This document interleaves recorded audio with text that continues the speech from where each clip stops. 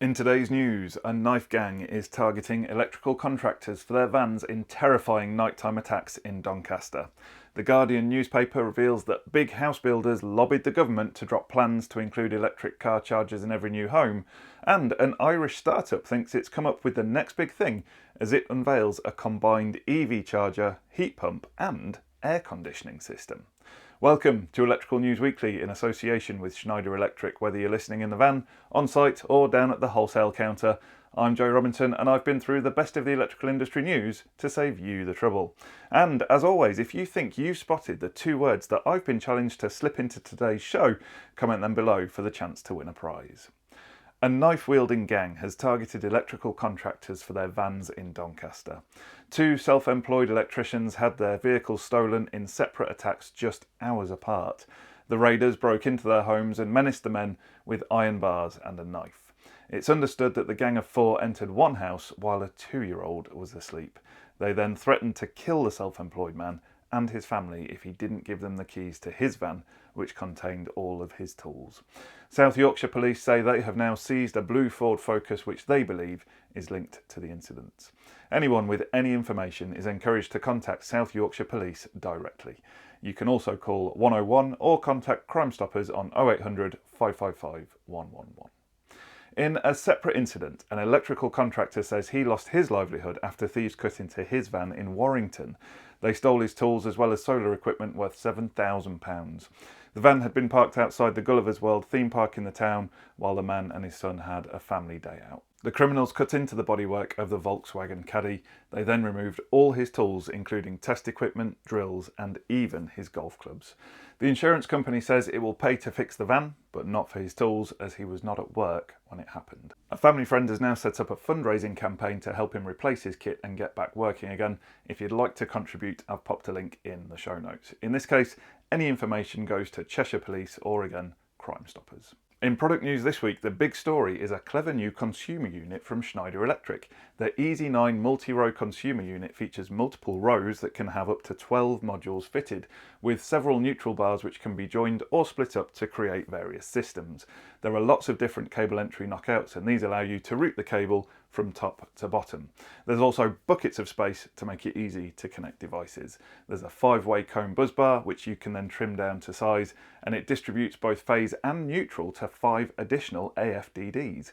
A 100 amp terminal block feeds the cone buzz bar and the AFDDs. There's also a cable kit that extends the power from the main incoming switch to the second or even the third row. As a result, you can come up with endless configurations of devices. For instance, you could fit the main switch on the left hand side at the bottom with a surge protection device, an MCB and a series of RCBOs. You can even feed a dedicated Type B RCD specifically used for electric vehicles. The multi-rows 3-row variant has the capacity to fit up to 12 18mm modules on each row for a total of 36. Another innovation this week is a combined EV charger, heat pump and air conditioning system. Yes, you heard me correctly, this is not made up hogwash.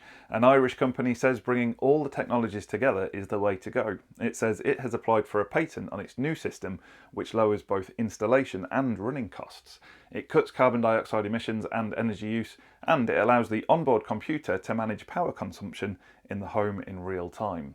The firm, called eFIXX, says that because a charger is rated around 7 kilowatts and a heat pump can be up to 5 kilowatts, using them together can trip the mains breaker in many homes if other appliances are on. Uniquely, the eFIXX system balances both the heat pump and the charger to keep the whole show on the road. So is this the next big thing? We hope to check it out soon, so watch this space. EV chargers are of course compulsory in new homes and it's been that way since June. But did you know the UK's largest house builders actually tried to stop the requirement?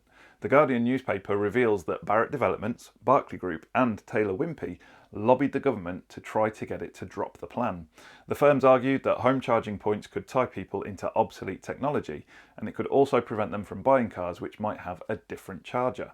Taylor Wimpey warned that compulsory home chargers could result in fewer homes being built. The Berkeley Group said people didn't need them because they could charge up at work or while going to the gym, and the companies even brought up the possibility of electric shocks. You won't be surprised to learn that the Department for Transport was deeply unconvinced by these arguments and went ahead anyway with its plan to make them compulsory. And finally, a company that takes discarded computer screens and turns them into ceiling lights has won a major award.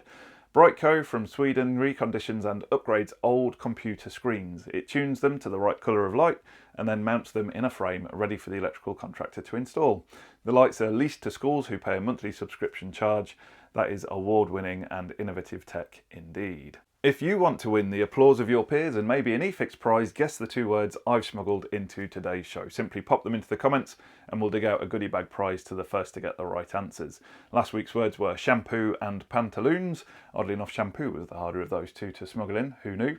Due to the record numbers of other odd words from the scriptwriters, however, not many people got both correct and in pole position, and this week's winner was someone going by the name of James. Just that, no second name. Apparently, if you're famous enough, you only need one name to be recognised by, so well done, James. And coming up on our YouTube channel this week, it's a live stream week and we'll be seeing all your usual favourites like the challenge wall, Gary's swap shop and the welcome return of occasional feature, Pointless View, where we share some of the insightful, charming and never ever personally insulting messages that we've received on some of our videos. We've also got a review of a brand new tool from Nippex, the Nexstrip, which combines 3 tools into one.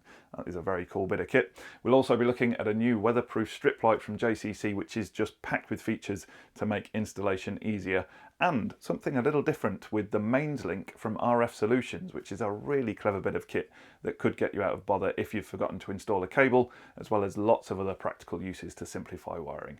It's all enough to make you cry out goody gumdrops. Thanks for listening to this episode of Electrical News Weekly in association with Schneider Electric. Make sure you subscribe to receive the next update. Thanks for listening, and until next time, have a great week, stay safe out there, and remember, there's no such thing as a torque calibrated arm.